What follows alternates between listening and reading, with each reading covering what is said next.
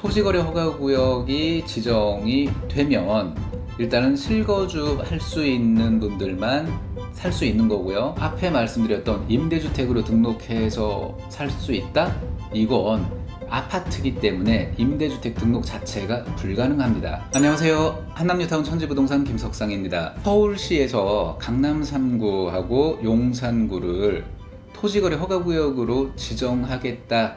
지금 제안 요청서라고 이런 거를 진행을 하고 있습니다. 서울시 토지거래 허가구역으로 지정을 했을 때의 긍정적인 측면과 부정적인 측면 이런 것들을 검토를 해서 확정되는 대로 강남 3구하고 용산구 지정하겠다.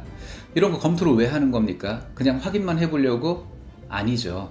지정을 하겠다라는 전제하에 포석을 깔아두고 나 이렇게 할 거니까 니네들 준비 잘 해?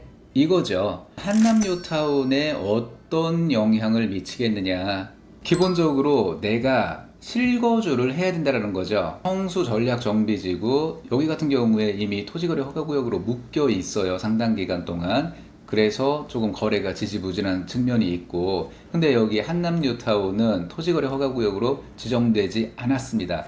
거래가 매우 자유로웠어요. 사고 안 사고의 문제였지. 근데 여기에 토지거래 허가라는 게 덧씌워짐으로 해서 사고자 하는 사람들이 실질적으로 실거주를 해야 된다. 2년 이상. 그리고 두 번째는 이거를 내가 실거주를 못해? 그러면 임대주택으로 해서 등록을 하고 구입을 할 수 있는 방법이 있습니다. 그런데 그것도 인서울, 서울 지역에 살고 있는 사람이 임대주택으로 등록을 할 수 있는 거지, 지방에 살고 있는 사람이 여기에 투자 이런 거를 하지를 못한다. 자, 근데 바로 옆에 이제 그 청화아파트라고 재건축을 추진하는 단지. 기본적으로 주인이 살고 있는 집은 내부를 보기가 상당히 쉽습니다. 물론 뭐 시간은 서로 맞춰야 되겠지만요. 그런데 임차인이 거주하고 있는 경우에는 내부를 보여주는 데 있어서 굉장히 제한적이에요. 심지어는 뭐 거의 이거 나한테 임대를 줬으면 내 집인데 왜 이거를 자꾸 보려고 들지? 그러면서 보여주는 걸 거부하는 분도 계시고요. 자, 거기에다가 실거주까지 해야 된다.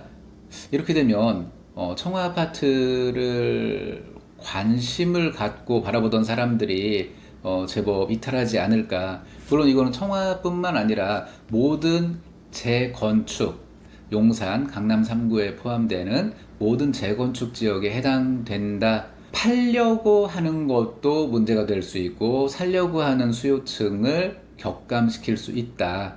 요 부분 양쪽으로 좀 불편해질 수 있겠다라는 거죠. 그래서 토지거래 허가구역으로 지정되기 전에 빨리 정리하는 것도 한 가지 방법이겠다.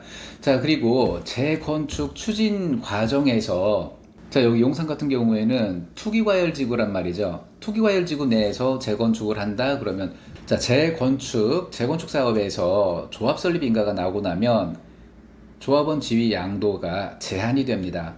1세대 1주택자로 해서 10년 이상 보유하고 그 기간 동안 5년 이상 실거주를 했을 경우에 이런 분들에 한해서 조합원 지위 양도를 허용해 주겠다. 즉, 내 물건을 산 사람이 현금 청산 당하지 않고 조합원 지위를 승계할 수 있다라는 거죠. 어떻게 보면 가격이 조금 올라가는 것도 굉장히 중요하겠지만 내 물건을 팔 수 있을 때 파는 것도 현명한 방법이라고 생각이 듭니다. 자, 그리고 청화아파트 같은 경우에 재건축. 자, 청화아파트 같은 경우에 두 채 이상을 보유하신 분들이 다수 있습니다. 이런 분들은 반드시 조합 설립 인가 전에 한 채는, 적어도 한 채는 매도하셔야 되고요. 그리고 토지거래 허가구역으로 족쇄를 채우기 전에 반드시 매도하셔야 되겠죠. 2개, 3개 갖고 있다고 해서 2채, 3채 주지 않습니다. 합해서 하나만 나가는 거예요. 이 부분도 굉장히 중요한 포인트니까 꼭 기억하시고요.